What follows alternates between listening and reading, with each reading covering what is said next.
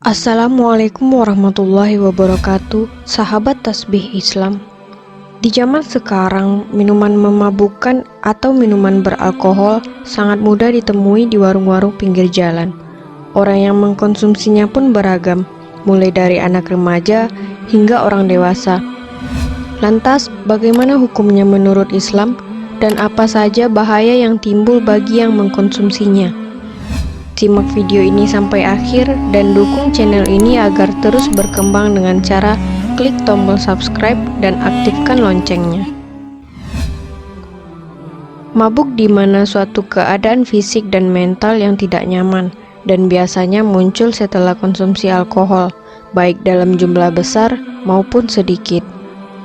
Menurut Islam, minuman keras atau dikenal dengan khamar adalah minuman yang haram dan dilarang dengan tegas dalam Al-Quran, hadis, maupun ilmu fikih. Pada larangan inilah disandarkan larangan tiap-tiap barang yang memabukkan atau yang menghilangkan akal pikiran. Dalam hal tersebut juga termasuk obat-obat terlarang yang memabukkan. Islam adalah agama yang dirahmati Allah Subhanahu wa Ta'ala. Di dalamnya terdapat ajaran-ajaran kebenaran kepada setiap manusia. Salah satunya kebenaran bahwa orang yang beragama Islam harus menjauhi yang haram dan hanya mendekatkan kepada yang halal. Sahabat Nabi yang bernama Abu Musa al-Asy'ari bertanya kepada Nabi Muhammad SAW tentang hukum meminum minuman yang dibuat di negeri Yaman. Nabi pun bertanya kepadanya, apakah minum-minuman tersebut? Ia menjawab, albit dan al-murir. Maka Nabi bersabda, setiap yang memabukkan adalah haram. Albit terbuat dari madu yang kemudian dimasak dengan dicampur unsur lain. Sedangkan al-murir terbuat dari gandum dan biji-bijian yang telah dicampuri dan dimasak. Madu, kurma, gandum maupun tumbuhan lainnya bukanlah hal yang diharamkan. Namun, jika hal itu diproses dengan cara tertentu dan menghasilkan benda lain yang memabukkan, maka hukumnya haram. Perkara apa saja yang menghalangi seorang hamba dengan tujuan-tujuan penciptaannya dan menghalangi antara hamba dari mengenal dan mengingat serta bermunajat kepada Rabb-Nya, maka hukumnya adalah haram. Dan perkara tersebut adalah mabuk. Minuman yang memabukkan juga merusak akal dan pikiran manusia. Oleh karena itu, agama Islam sangat memperhatikan penjagaan akal dan menjadikan sebagai tempat digantungkannya taklif, yaitu beban untuk menjalankan hukum-hukum syariat.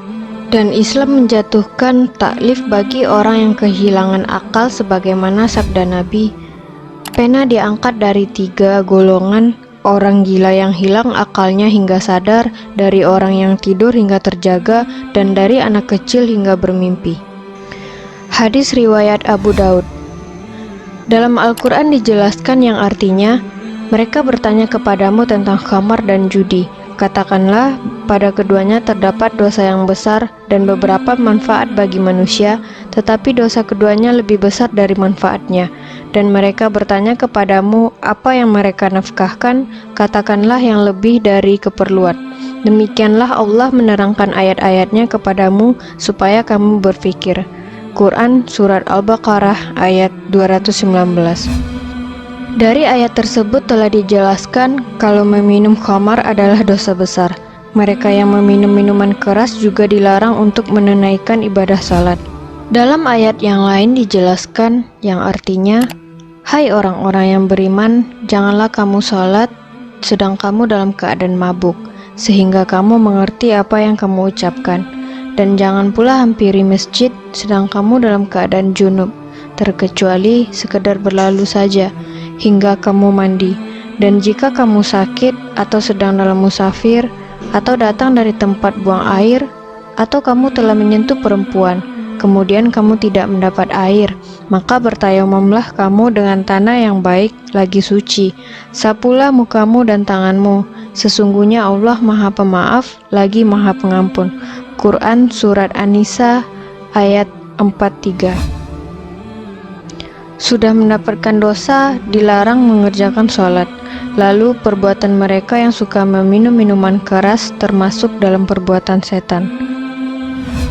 Ayat yang lain juga dijelaskan yang artinya, hai orang-orang yang beriman, sesungguhnya meminum khamar, berjudi, berkorban untuk berhala, mengundi nasib dengan panah adalah termasuk perbuatan syaitan. Maka jauhilah perbuatan-perbuatan itu agar kamu mendapat keberuntungan. Quran Surat Al-Maidah ayat 90. Bahaya yang ditimbulkan bagi yang mengkonsumsinya yaitu penumpukan lemak pada hati, timbulnya penyakit hepatitis, bahkan yang lebih parah akan menimbulkan kanker dan penyakit sirosis. Penyakit ini terjadi ketika organ hati sudah rusak parah dan mengeras karena dipenuhi jaringan parut. Semoga melalui tayangan ini kita dapat membatasi diri dari minuman yang diharamkan dalam Islam, dan agar kita senantiasa dalam lindungan Allah Subhanahu wa Ta'ala. Amin ya Rabbal Alamin. Wallahu alam bisawab. Wassalamualaikum warahmatullahi wabarakatuh.